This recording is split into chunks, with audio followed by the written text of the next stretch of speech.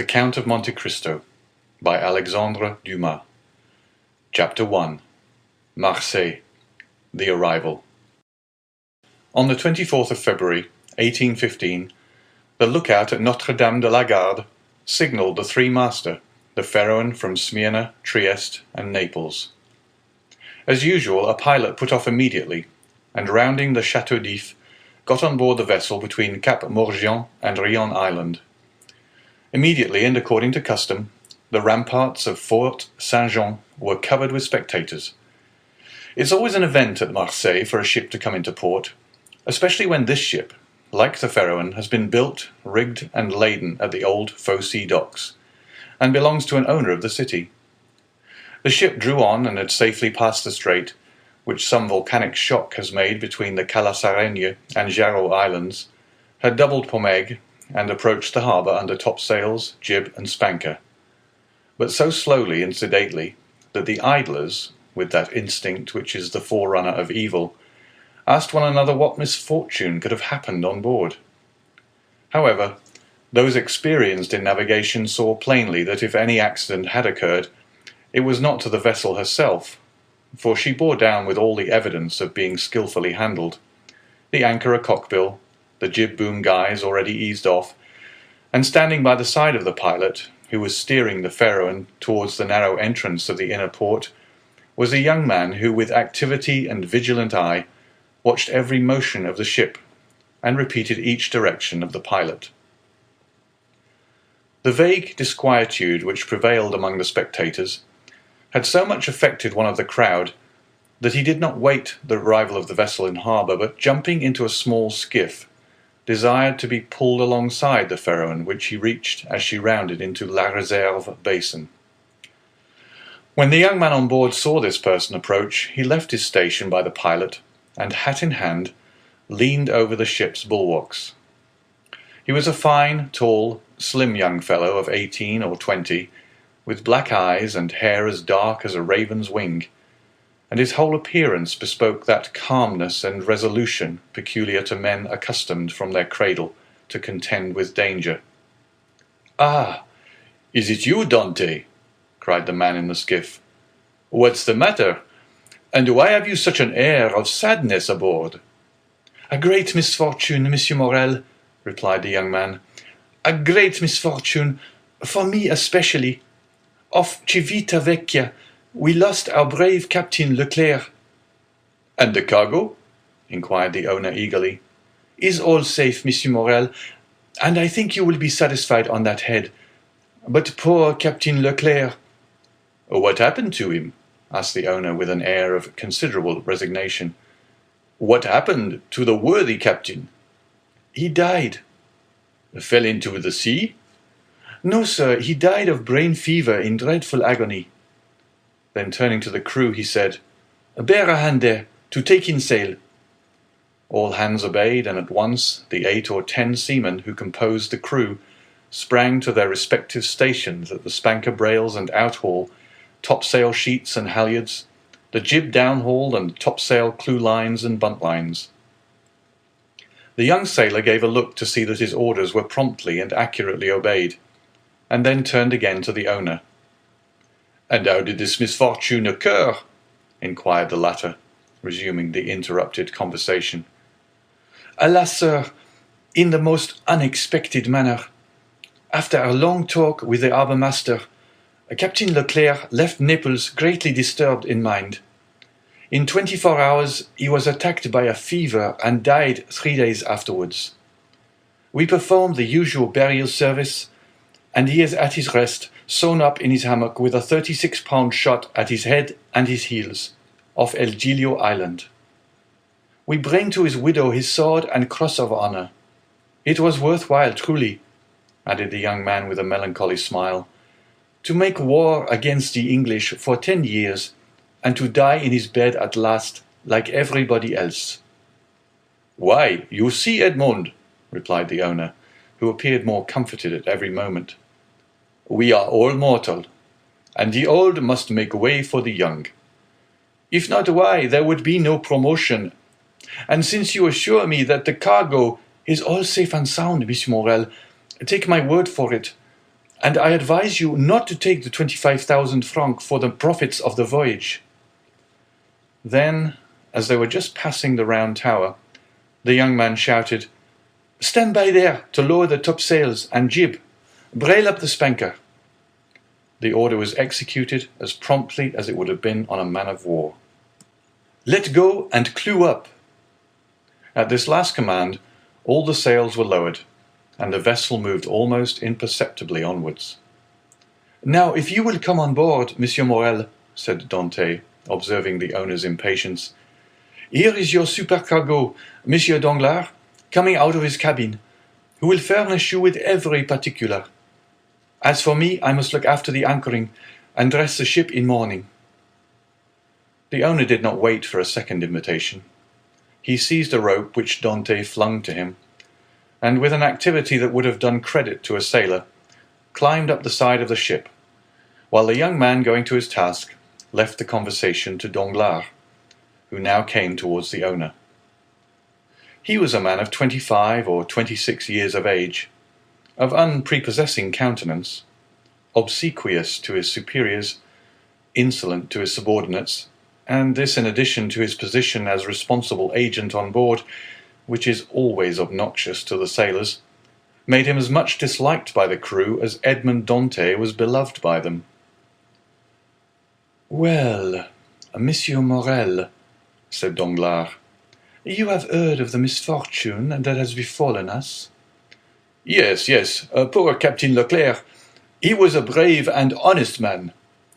"And a first-rate seaman, one who had seen long and honourable service, as became a man charged with the interests of a house so important as that of Morel and Son," replied Danglars.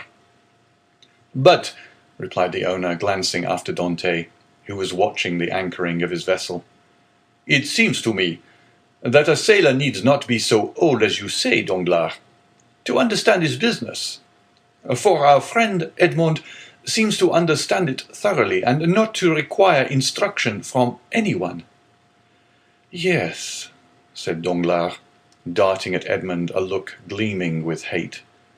"Yes, he is young, and youth is invariably self-confident. Scarcely was the captain's breath out of his body when he assumed the command without consulting anyone, and he caused us to lose a day and a half at the island of Elba, instead of making for Marseille direct."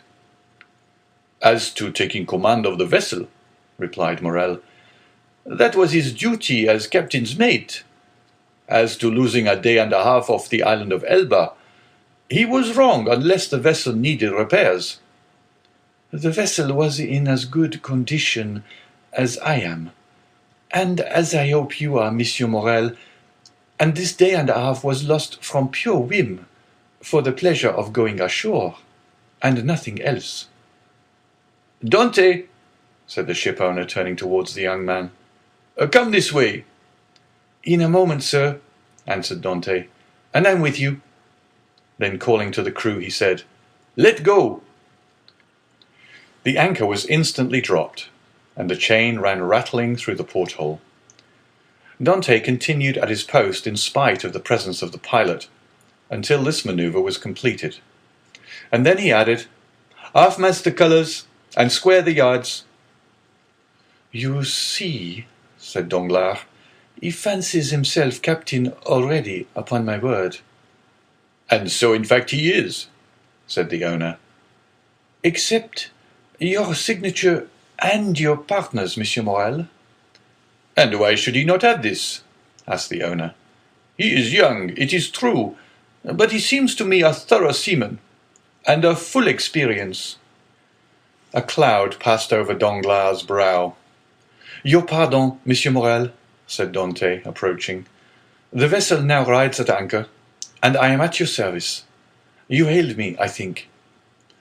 Danglars retreated a step or two. "I wish to inquire why you stopped at the island of Elba." "I do not know, sir. It was to fulfill the last instructions of Captain Leclerc, who, when dying, gave me a packet for Marshal Bertrand." "Then did you see him, Edmond?" "Who?"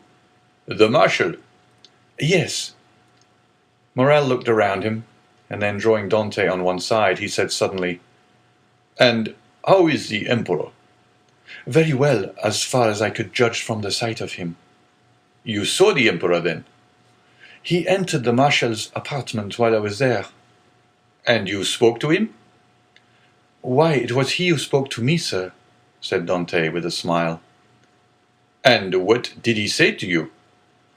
"Asked me questions about the vessel, the time she left Marseille, the course she had taken, and what was her cargo. I believe if she had not been laden, and I had been her master, he would have brought her. But I told him I was only mate, and that she belonged to the firm of Morel and Son." "Ah, yes," he said, "I know them. The Morels have been shipowners from father to son. And there was a Morel who served in the same regiment with me, when I was in garrison at Valence." "Pardieu! And that is true!" cried the owner, greatly delighted. "And that was Polycar Morel, my uncle, who was afterwards a captain. Dante, you must tell my uncle that the Emperor remembered him, and you will see it will bring tears into the old soldier's eyes. Come, come," continued he, patting Edmond's shoulder kindly. "You did very right, Dante, to follow Captain Leclerc's instructions and touch at Elba. Although, if it were known that you had conveyed a packet to the Marshal, and had conversed with the Emperor, it might bring you into trouble." "How could that bring me into trouble, sir?" asked Dante. "For I did not even know of what I was the bearer, and the Emperor merely made such inquiries as he would of the first comer. But pardon me, here are the health officers and the customs inspectors coming alongside." And the young man went to the gangway. As he departed, Danglars approached and said, "Well, it appears that he has given you satisfactory reasons for his landing at Porto Ferraio." "Yes, most satisfactory, my dear Danglars." "Well, so much the better," said the supercargo, "for it is not pleasant to think that a comrade has not done his duty." "Dante has done his," replied the owner, "and that is not saying much. It was Captain Leclerc who gave orders for this delay." "Talking of Captain Leclerc, has not Dante given you a letter from him?" "To me? No. Was there one?" "I believe that, besides the packet, Captain Leclerc confided a letter to his care." "Of what packet are you speaking, Danglars?" "Why, that which Dante left at Porto Ferraio." "How do you know he had a packet to leave at Porto Ferraio?"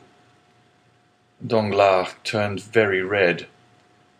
"I was passing close to the door of the captain's cabin, which was half open, and I saw him give the packet and letter to Dante." "He did not speak to me of it," replied the shipowner. "But if there be any letter, he will give it to me." Danglars reflected for a moment.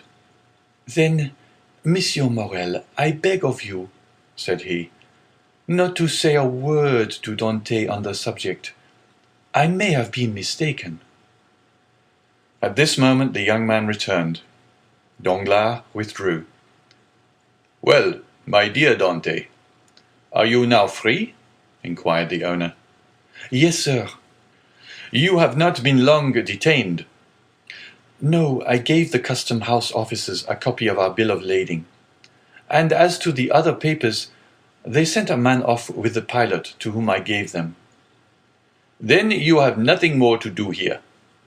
"No, everything is all right now."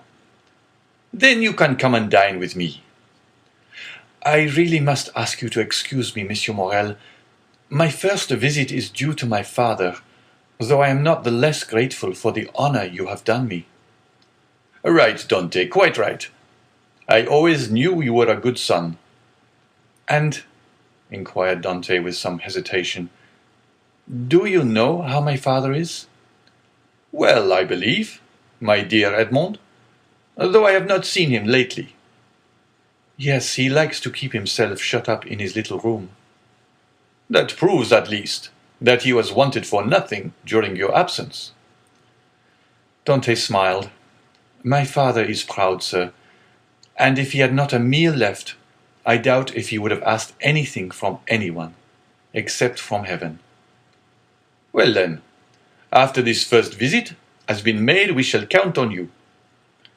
"I must again excuse myself, Monsieur Morel, for after this first visit has been paid, I have another which I am most anxious to pay."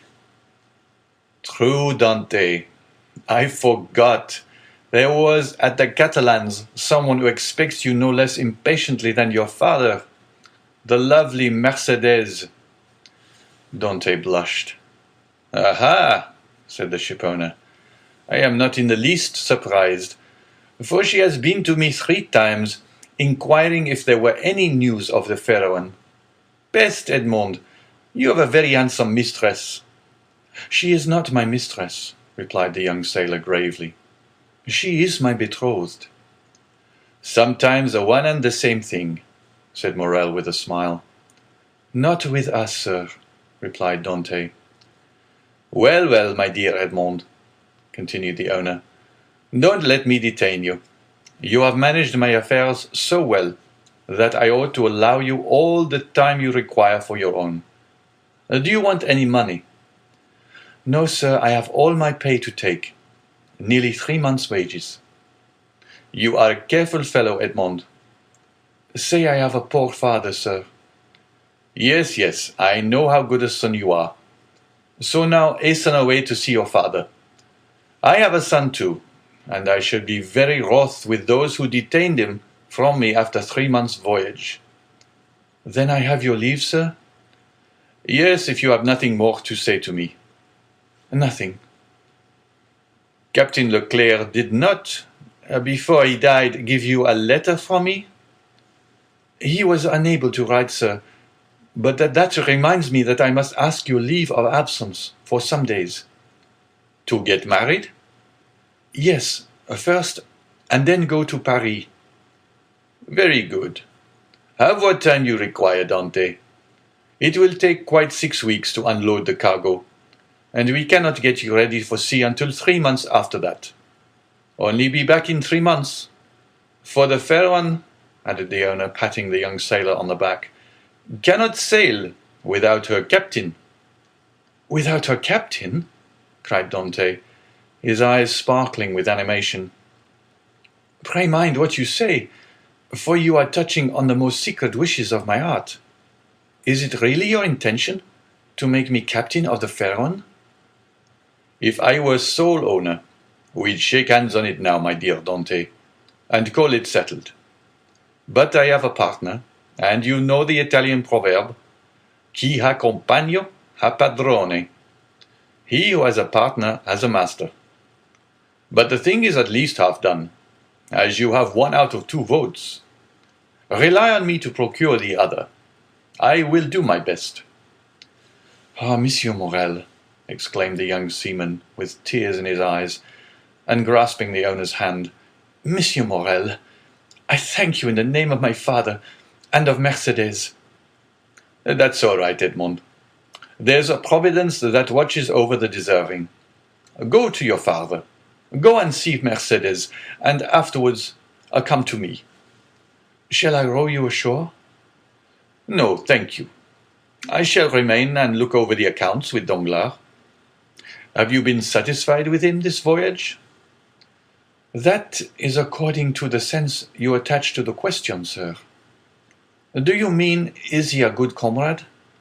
No, for I think he never liked me since the day when I was silly enough, after a little quarrel, we had to propose to him to stop for 10 minutes at the island of Monte Cristo to settle the dispute. A proposition which I was wrong to suggest, and he quite right to refuse. If you mean as responsible agent, when you ask me the question, I believe there is nothing to say against him, and that you will be content with the way in which he has performed his duty." "But tell me, Dante, if you had command of the Pharaon, should you be glad to see Danglars remain?" "Captain or mate, Monsieur Morel, I shall always have the greatest respect for those who possess the owner's confidence." That's right, Dante. I see you are a thoroughly good fellow, and will detain you no longer. Go, for I see how impatient you are." "Then I have leave?" "Go, I tell you." "May I have the use of your skiff?" "Certainly." "Then, for the present, Monsieur Morel, farewell, and 1,000 thanks." "I hope soon to see you again, my dear Edmond. Good luck to you." The young sailor jumped into the skiff, and sat down in the stern sheets, with the order that he be put ashore at La Canebière. The two oarsmen bent to their work, and the little boat glided away as rapidly as possible in the midst of the 1,000 vessels which choke up the narrow way which leads between the two rows of ships from the mouth of the harbour to the Quai d'Orléans.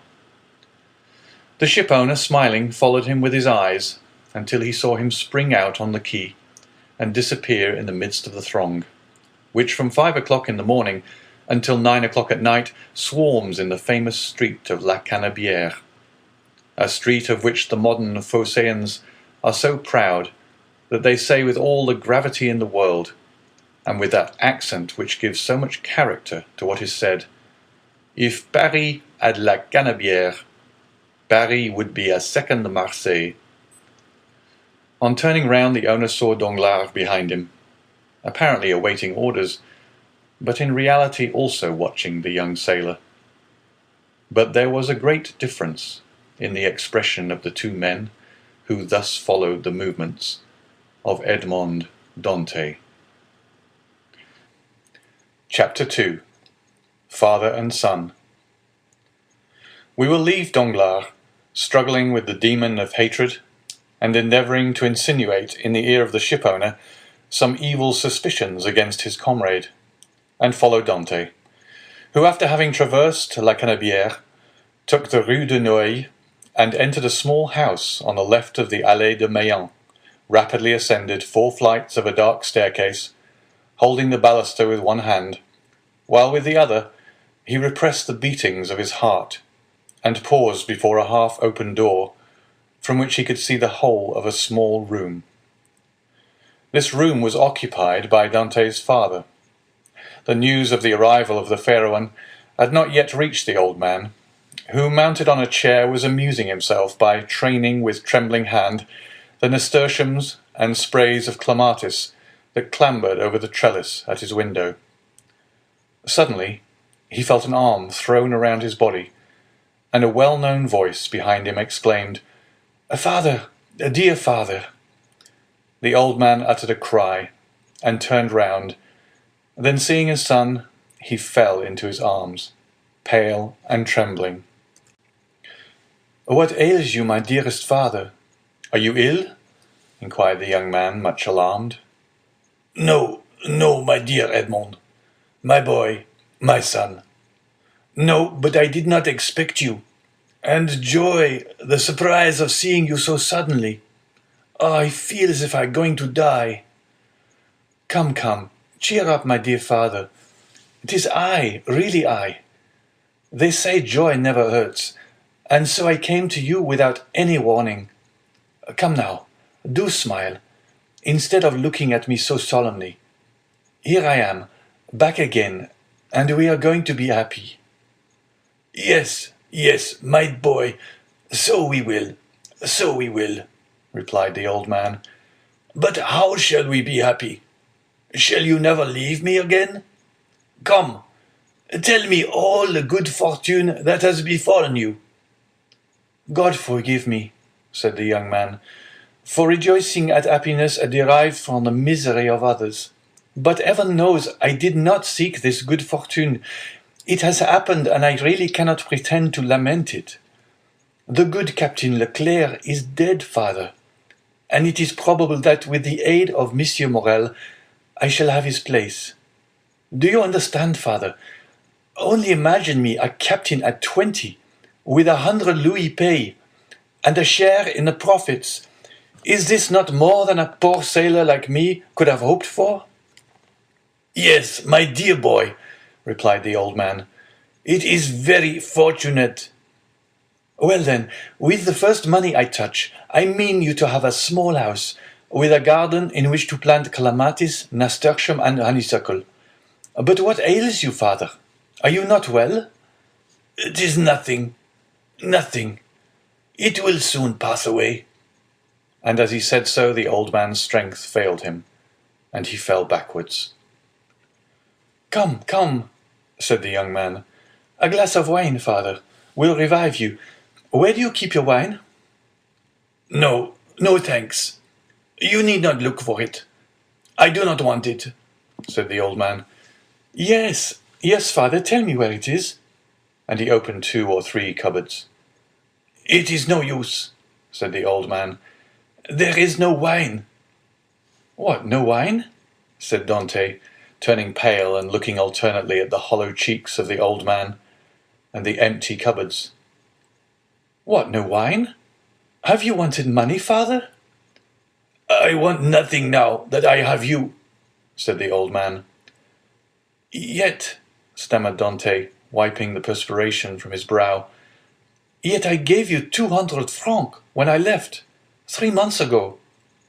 Yes, yes, Edmond, that is true, but you forgot at the time a little debt to our neighbor, Caderousse.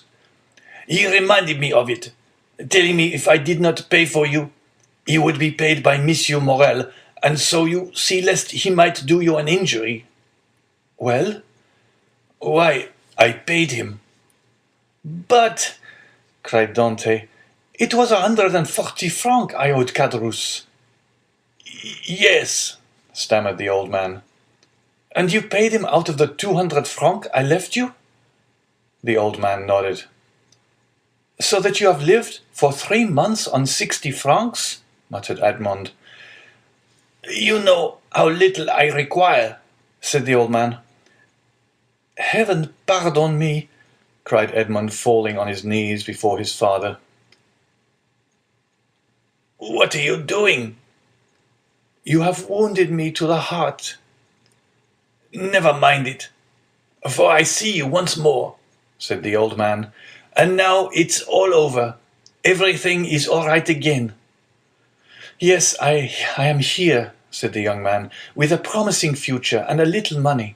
Here, father, here, he said. Take this, take it, and send for something immediately. And he emptied his pockets on the table, the contents consisting of 12 gold pieces, 5 or 6 5-franc pieces, and some smaller coin. The countenance of old Dante brightened. Whom does this belong to? He inquired. To me, to you, to us. Take it. Buy some provisions. Be happy. And tomorrow we shall have more.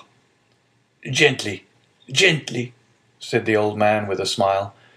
And by your leave, I will use your purse moderately, for they would say, if they saw me buy too many things at a time, that I had been obliged to await your return in order to be able to purchase them. Do as you please. But first of all, pray have a servant, father. I would not have you left alone so long. I have some smuggled coffee and most capital tobacco in a small chest in the hold, which you shall have tomorrow. But hush, here comes somebody.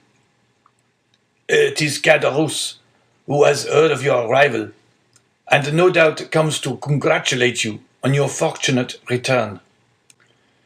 Ah, lips that say one thing, while the heart thinks another, murmured Edmond. But never mind, he is a neighbor who has done us a service on a time, so he is welcome. As Edmond paused, the black and bearded head of Caderousse appeared at the door. He was a man of 25 or 6, and held a piece of cloth which, being a tailor, he was about to make into a coat lining. "What is it, you? Edmond? Back again?" said he with a broad Marseillaise accent, and a grin that displayed his ivory white teeth. "Yes, yes, as you see, neighbor Caderousse, and ready to be agreeable to you in any and every way," replied Dante, but ill concealing his coldness under his cloak of civility. "Thanks, but fortunately I do not want for anything, and it chances that at times there are others who have need of me." Dante made a gesture. "I do not allude to you, my boy. No, no. I lent you money, and you returned it. That's like good neighbors, and we are quits." "We are never quits with those who oblige us," was Dante's reply. "For when we do not owe them money, we owe them gratitude." "What's the use of mentioning that? What is done is done. Let us talk of your happy return, my boy. I had gone on the quay to match a piece of mulberry cloth when I met friend Danglars. 'You at Marseille?' 'Yes,' he says. 'I thought you were at Smyrna.' 'I was, but now I am back again.' 'And where is the dear boy, our little Edmond?' 'Why, with his father, no doubt,' replied Danglars. 'And so I came,' added Caderousse, 'so fast as I could, to have the pleasure of shaking hands with a friend.' 'Worthy Caderousse,' said the old man, 'he is so much attached to us.' 'Yes, to be sure I am. I love and esteem you, because honest folks are so rare. But it seems you have come back rich, my boy,' continued the tailor, looking askance at the handful of gold and silver which Dante had thrown on the table. The young man remarked the greedy glance which shone in the dark eyes of his neighbour. 'Eh,' he said negligently, 'this money is not mine. I was expressing to my father my fears that he had wanted many things in my absence, and to convince me, he emptied his purse on the table. Come, father,' added Dante, 'put this money back in your box, unless neighbour Caderousse wants anything, and in that case it is at his service.' 'No, no, my boy, no,' said Caderousse. 'I am not in any want. Thank God, my living is suited to my means. Keep your money. Keep it, I say. One never has too much. But at the same time, my boy, I am as much obliged by your offer as if I took advantage of it.' 'It was offered with good will,' said Dante. 'No doubt, my boy, no doubt. Well, you stand well with Monsieur Morel, I hear. Are you insinuating dog you?' 'Monsieur Morel has always been exceedingly kind to me,' replied Dante. 'Then you were wrong to refuse to dine with him.' 'What? Did you refuse to dine with him?' said old Dante. 'And did he invite you to dine?' 'Yes, my father,' replied Edmond, smiling at his father's astonishment at the excessive honour paid to his son. 'And why did you refuse, my son?' inquired the old man. 'That I might sooner see you again, my dear father,' replied the young man. 'I was most anxious to see you.' 'But it must have vexed Monsieur Morel good, worthy man,' said Caderousse. 'And when you are looking forward to be captain, it was wrong to annoy the owner.' 'But I explained to him the cause of my refusal,' replied Dante, 'and I hope he fully understood it.' 'Yes, but to be captain one must do a little flattery to one's patrons.' 'I hope to be captain without that,' said Dante. 'So much the better, so much the better. Nothing will give greater pleasure to all your old friends, and I know one down there behind the San Nicolas citadel who will not be sorry to hear it.' 'Mercedes?' said the old man. 'Yes, my dear father. And with your permission, now I have seen you, and know you are well, and have all you require, I will ask your consent to go and pay a visit to the Catalans.' 'Go, my dear boy,' said the old Dante, 'and heaven bless you in your wife, as it has blessed me in my son.' 'His wife?' said Caderousse. 'Why, how fast you go on, Father Dante! She is not his wife yet, as it seems to me.' 'So, but according to all probability, she soon will be,' replied Edmond. 'Yes, yes,' said Caderousse, 'but you are right to return as soon as possible, my boy.' 'And why?' 'Because Mercedes is a very fine girl, and fine girls never lack followers. She particularly has them by dozens.' 'Really?' answered Edmond with a smile which had in it traces of slight uneasiness. 'Ah, yes,' continued Caderousse, 'and capital offers too.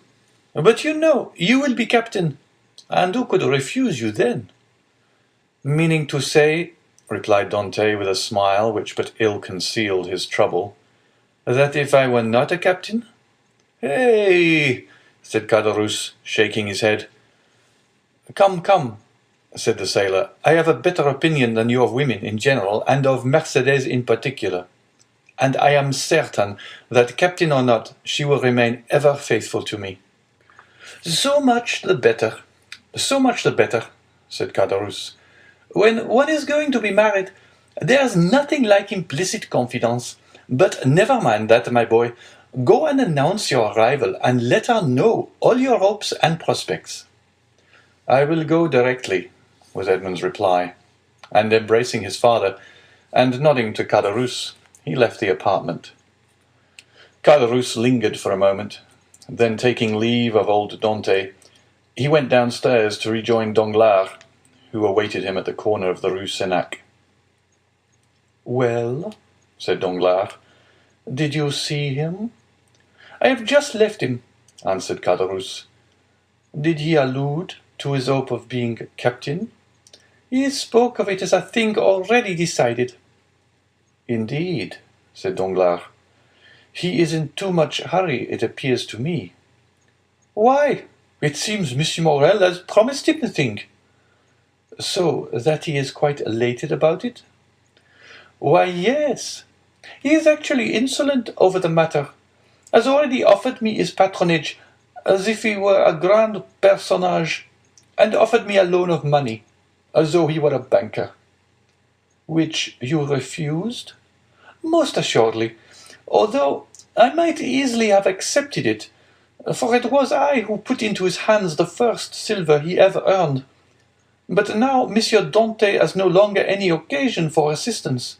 He is about to become a captain." "Pooh!" said Danglars. "He is not one yet." "Ma foi! It will be as well if he is not," answered Caderousse, "for if he should be, there will be really no speaking to him." "If we choose," replied Danglars, "he will remain what he is, and perhaps become even less than he is." "What do you mean?" "Nothing. I was speaking to myself. And is he still in love with the Catalan?" "Over head and ears. But unless I am much mistaken, there will be a storm in that quarter." "Explain yourself." "Why should I?" "It is more important than you think, perhaps. You do not like Dante." "I never like upstarts." "Then tell me all you know about the Catalan." "I know nothing for certain. Only I have seen things which induce me to believe, as I told you, that the future captain will find some annoyance in the vicinity of the vieille infirmiere." "What have you seen? Come, tell me." "Well, every time I see Mercedes come into the city, she has been accompanied by a tall, strapping, black-eyed Catalan, with a red complexion, brown skin, and fierce air, whom she calls cousin." "Really? And you think this cousin pays her attentions?" "I only suppose so. What else can a strapping chap of 21 mean, with a fine wench of 17? "And you say that Dante has gone to the Catalans?" "He went before I came down."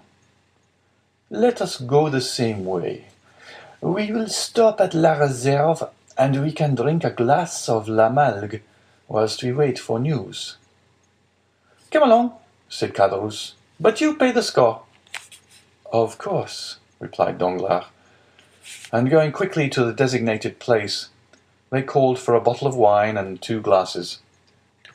Père Pamphile had seen Dante pass not 10 minutes before, and assured that he was at the Catalans, they sat down under the budding foliage of the planes and sycamores, in the branches of which the birds were singing their welcome to one of the first days of spring. End of chapter 2.